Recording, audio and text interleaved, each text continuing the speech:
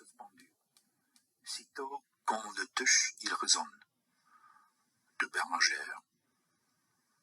During the whole of a dull, dark, and soundless day in the autumn of the year, when the clouds hung oppressively low in the heavens, I had been passing alone, on horseback, through a singularly dreary tract of country, and at length found myself, as the shades of the evening drew on, within view of the melancholy house of Usher. I know not how it was, but with the first glimpse of the building, a sense of insufferable gloom pervaded my spirit.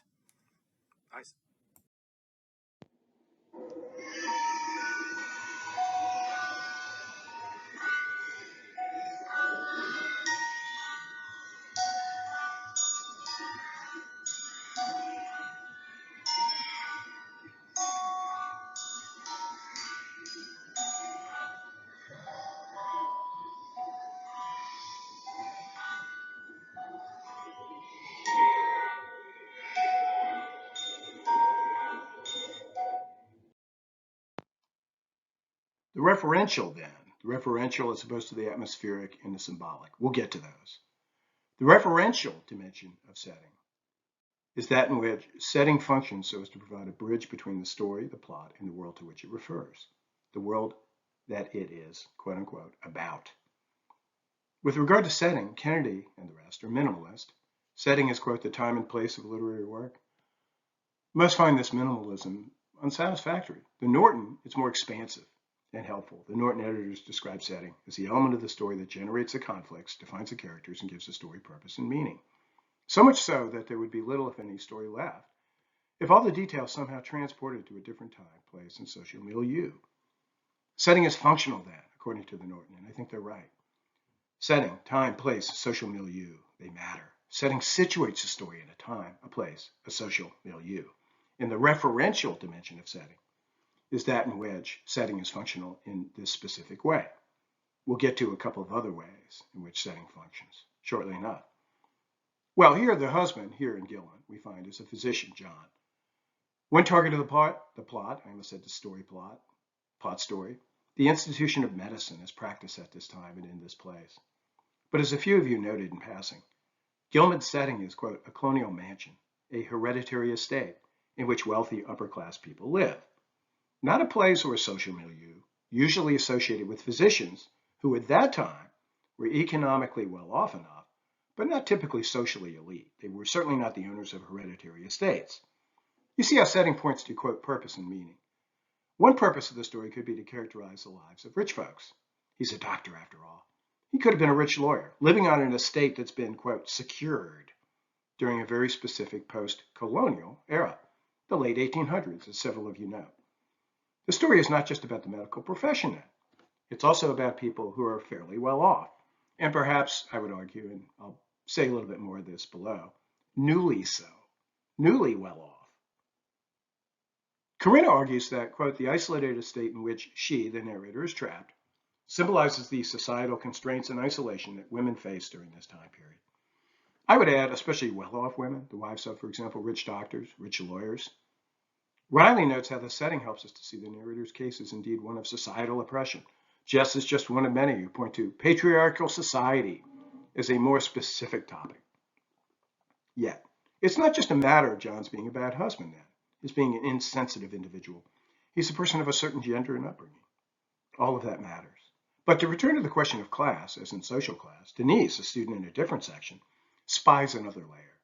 Quote, the narrator states that it is not often that ordinary people like her and her husband acquire homes like this.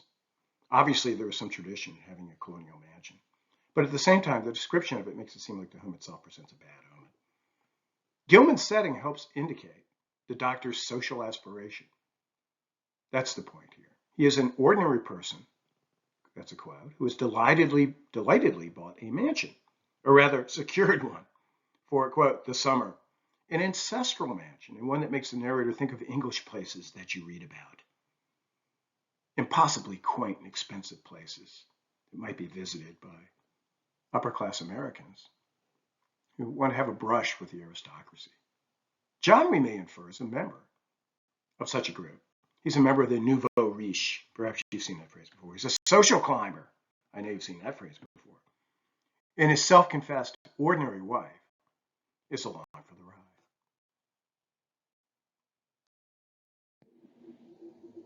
From the referential to the atmospheric, pretty close to the symbolic, but not identical. The atmospheric use of setting establishes mood. It creates an emotional weather, so to speak, through which the characters will be making their ways. Often enough, the atmospheric is created by way of reports on the weather. Characters often acknowledge it now and then, try to ignore it or defy it implicitly, if not explicitly, and even come to discover it as a truth that has thus far eluded them. I'm thinking of the endings of stories in which the sun comes out, and the setting itself, comment, seems to be offers something of a comment on prospects and hopes of the character at hand. Now, you could say that's a symbol, right? You could. So you're going to see at times a bordering between of the atmospheric on the symbolic and the symbolic on the atmospheric to such a degree that you can feel as though the distinction is really not all that important to make. But I want to give you one example of what seems to me to be, perhaps in all the English language, that's a pretty bold claim, isn't it? But perhaps in all the English language, one of the greatest examples of such mood setting as would, I think, constitute evidence that we really do want this term atmospheric, okay? Because you wouldn't quite call this symbolic. You'd call some of what I'm about to read symbolic, but I think you'd mostly call it atmospheric. It's establishing, once again, a kind of emotional context for the story, okay, in which the characters then will move. It's almost as though the emotions of the author, okay, are just writ large in the scenery, okay, in such a way as to constitute an authorial presence, okay, against which the characters move, and which conditions our sense of the characters, right? Serves characterization. It serves a lot of ends, but characterization is one of the most obvious. And you can imagine that a dreary situation in which we had a character who was resolutely remaining cheerful, you can imagine how that would help us to characterize that particular character, right? It would help the author to do so and enable us to grasp that character as remarkably plucky, for example, in the face of horrible weather. Horrible weather, not of the kind of where you're rained upon so much as the kind where it's actually part of the plot of the story, right? But more like just kind of sitting out there.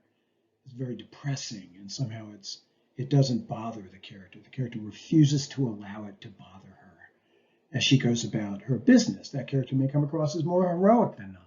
But let's get to that famous example. Perhaps you will recognize it. Maybe not, but I, in fact, label it there at the very end. Here it goes.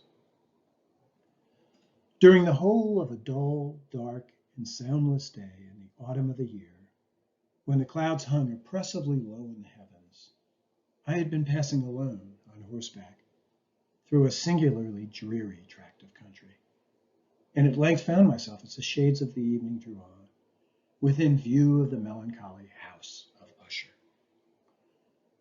I almost want to pause. Let's press on another sentence or two.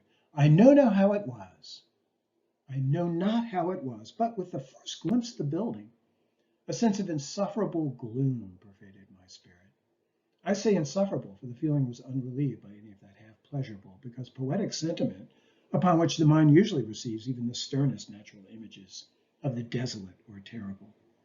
I looked upon the scene before me, upon the mere house and the simple landscape features of the domain, upon the bleak walls, upon the vacant eye-like windows, upon a few rank sedges, and upon a few white trunks of decayed trees, with an utter depression of soul which I can compare to no earthly sensation more properly than to the after-dream of the reveler upon opium, the bitter lapse into everyday life, the hideous dropping off of the veil.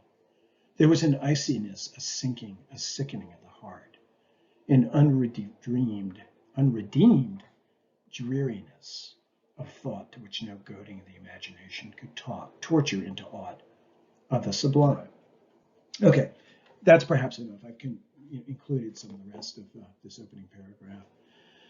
of the famous The Fall of the House of Usher, which maybe some of you read before. It's one of my favorite short stories of all the 19th century, all 19th century American literature, that's for sure. But I think it's a pretty good example of what we're talking about here. I mean, you do have, do you not, the symbolic. It's here. I think there are moments where the house, for example, becomes a symbol, right?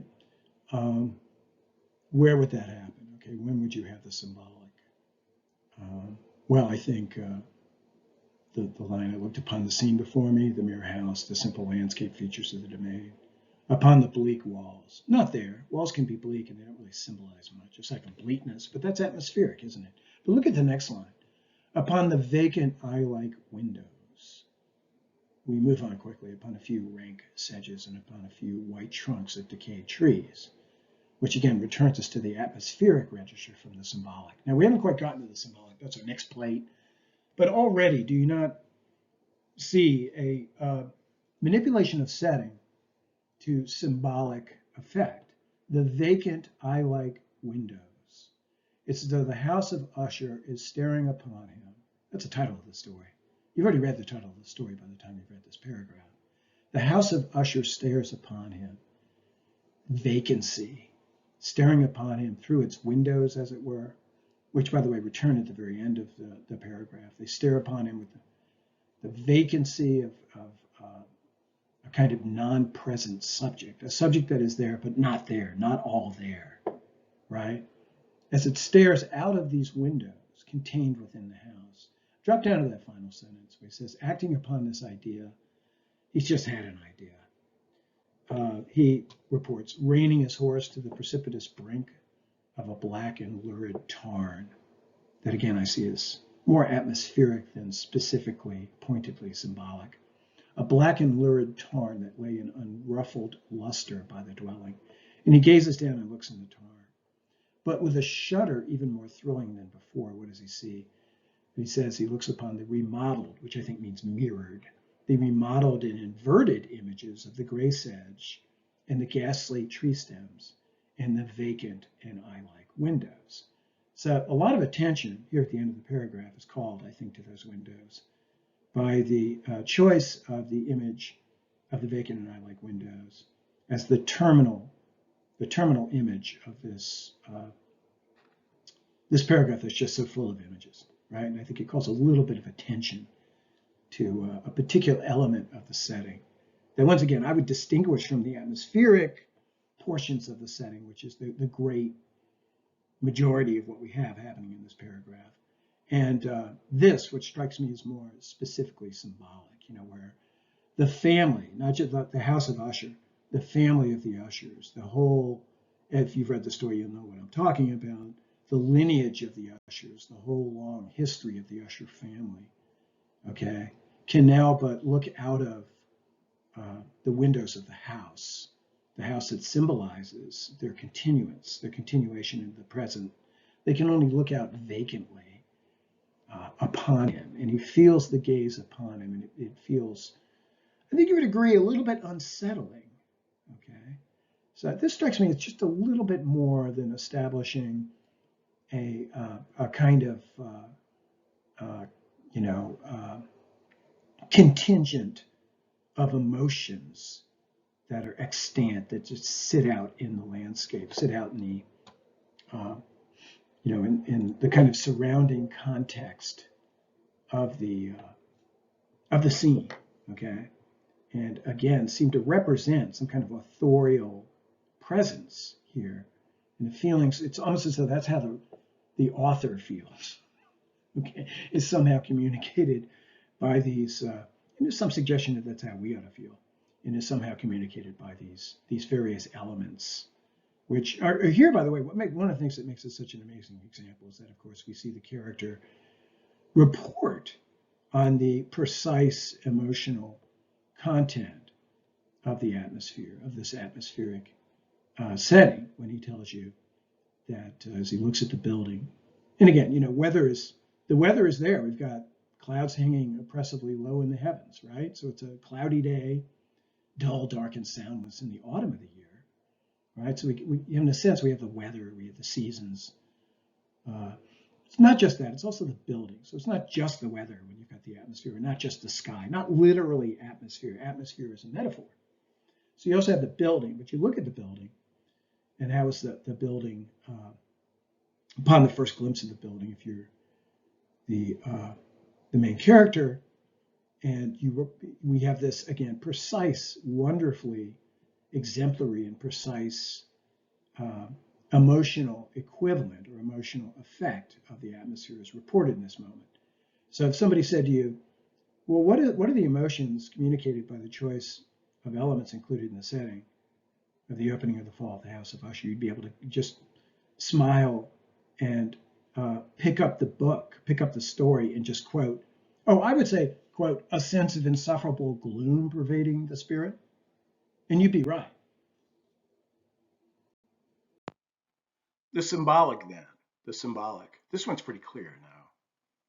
Authors manipulate elements of setting, not just in order to create social and historical reference points and relevancies, and not just in order to establish an emotional mood or tone, which they might wish to do for any number of characterological reasons, though also for other reasons, sometimes even referential ones, but also in order to create suggestive correspondences by means of which to advance the plot and clarify, or at least indicate the theme.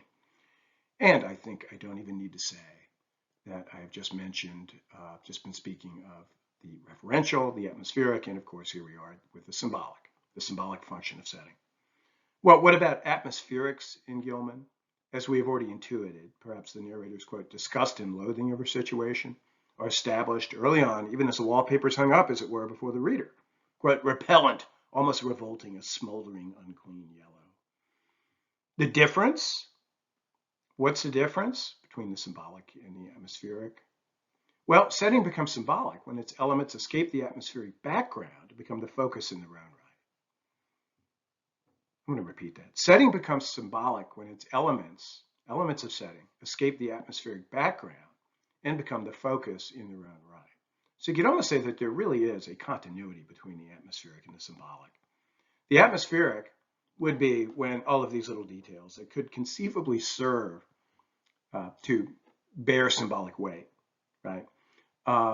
Just stay where they are, back in the background, and just exert a certain baleful influence, baleful in the case of the stories we've been reading, from that ulterior space, right? But the symbolic is invoked by literary critics, I believe, when one of those elements is, you have a lot of attention called to it, and it carries a little bit more weight than otherwise it would. Let's talk then about the examples before us. The wallpaper, well, it works atmospherically, perhaps even referentially. Is it a rich person's wall covering? But also symbolically. Abrams Harpham identified, quote, symbol as, quote, a word or phrase that signifies an object or event, which in its turn signifies something or suggests a range of reference beyond itself. Here, the very color does just that, as some of you noticed and noted.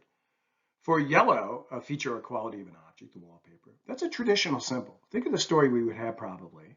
Think about the story we'd have here.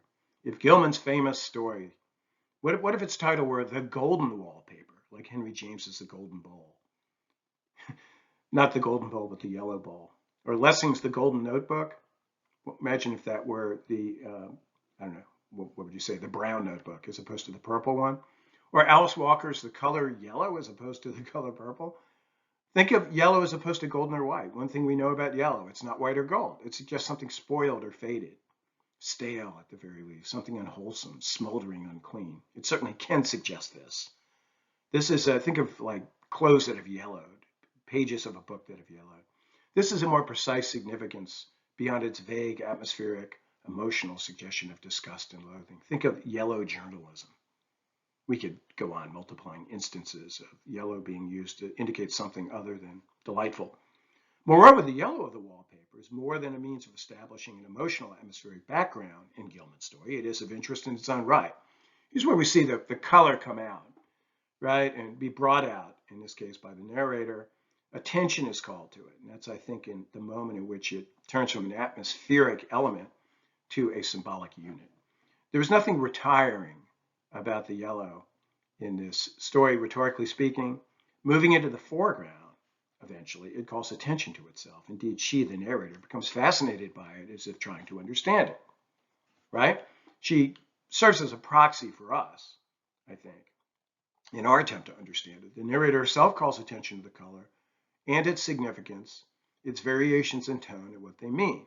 And I'll requote, "It is a dull yet lurid orange in some places, a sickly sulfur tint in others." As Chrissy says, yellow is generally a happy, bright, sunny color. Indeed, it doesn't always mean something yellowed by age or neglect or rot or what have you. But here it does. Kendra nails it. Quote, "The color yellow itself could be symbolic of hope, something that she has lost, or even something that is festering. Hope's disappointed, right? And they turn into something other than hope. They turn into despair. Such is her mind as her mental state continues to deteriorate." A student from a previous semester notes the deeply personal quality of the symbol. Deeply personal, deeply traditional at the same time. While nothing yellow is usually a happy color, or noting rather that yellow is usually a happy color, this student wrote, "This is the narrator's personal symbol. It does not belong to joy. It invites her deeper to madness." The notion of a personal symbol is interesting. Gilman exploits the traditional meanings associated with a color, but gives them, or has her narrator give them, a personal twist. Certainly the narrator herself would agree, as she exclaims, quote, "There are things in that paper which nobody knows but me, or ever will." The narrator herself here insists on its personal meaning. In so doing, it seems to me, she shows how setting can contribute to characterization, right? We find out something about the narrator herself by her own personal attention to the setting.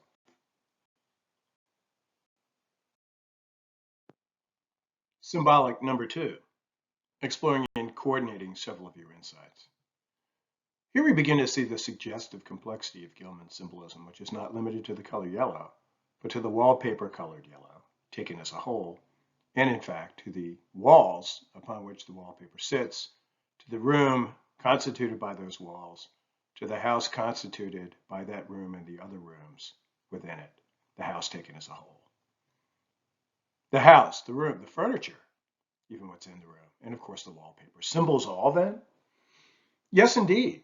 Yes, indeed. Corinna, the room in question was previously a nursery and playroom, indicating it was designed for children, not adults. This, the ill narrators being placed in there, thus can be seen as a reflection of how women were infantilized and not taken seriously during this time period.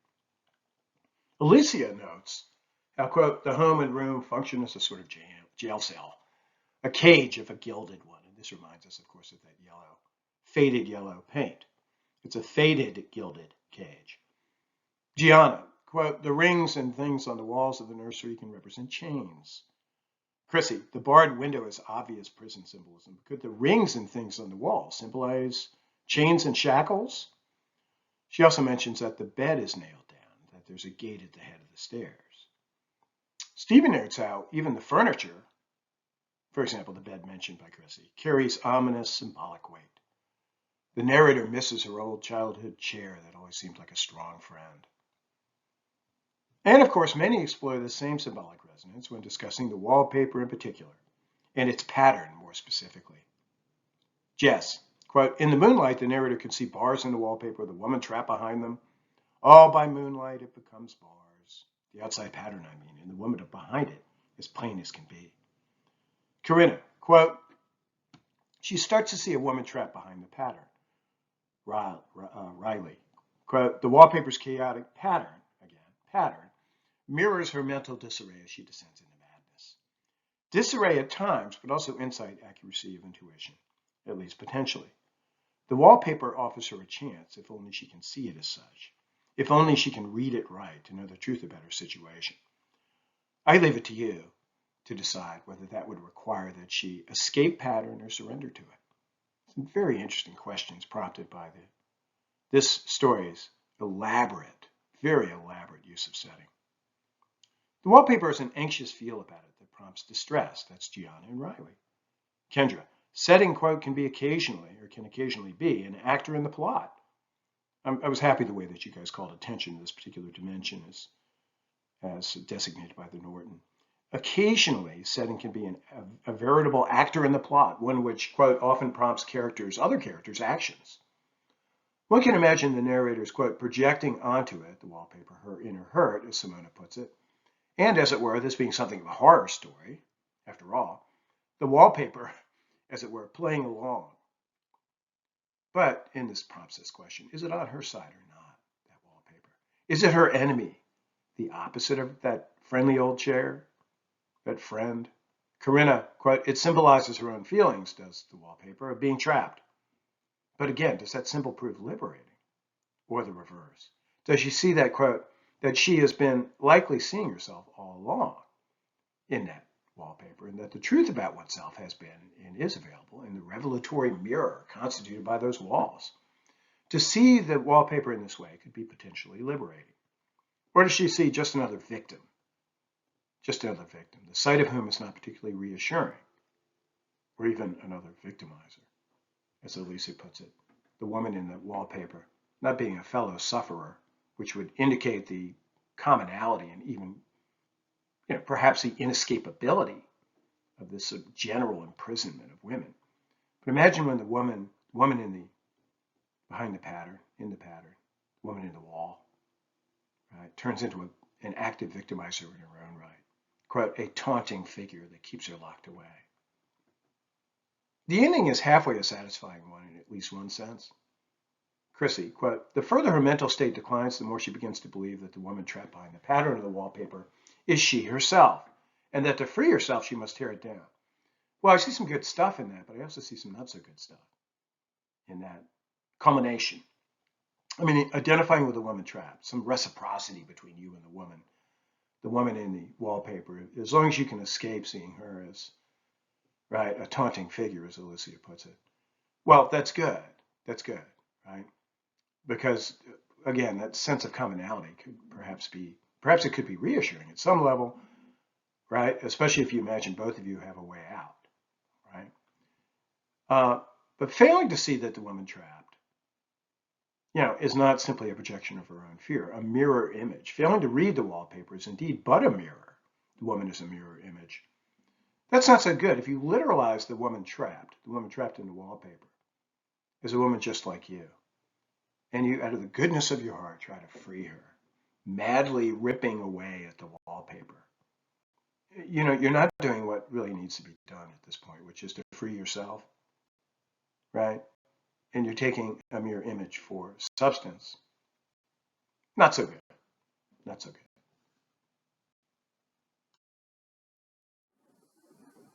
Indeed, wait until we get to Kafka. You don't have to wait long.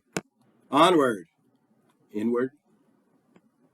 You're about to read another story about withdrawal, madness, confinement, art and the imagination or aesthetic impulse, as we will see.